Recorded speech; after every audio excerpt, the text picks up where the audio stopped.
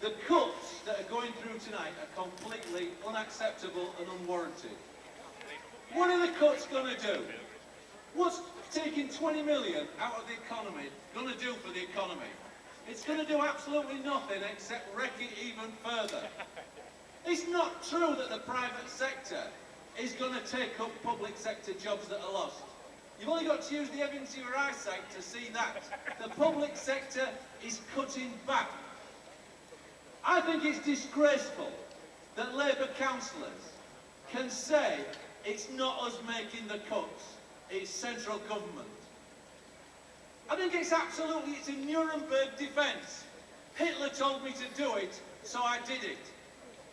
If the cuts are going to wreck the infrastructure of York's economy, you should refuse to do it.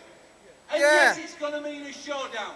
It's going to mean a showdown with the people who aren't going to be affected by the cuts. No millionaires are going to suffer because the 20% or the 20 million is cut out of York. That 20 million is going to hit the most vulnerable people in York, and that is a disgrace. And I wouldn't do it if you put a gun to my head. And for Labour councillors to say that they're going to do it because a Tory government in cahoots with the Liberals has told them to is an absolute travesty of their responsibilities.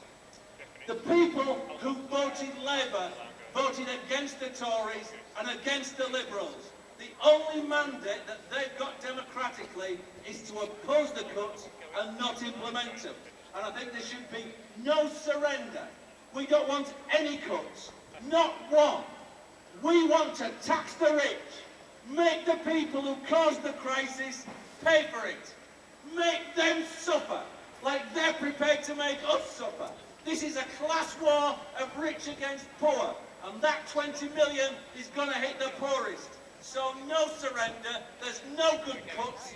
All cuts are bad, except the cuts that the guillotine brings to those swines.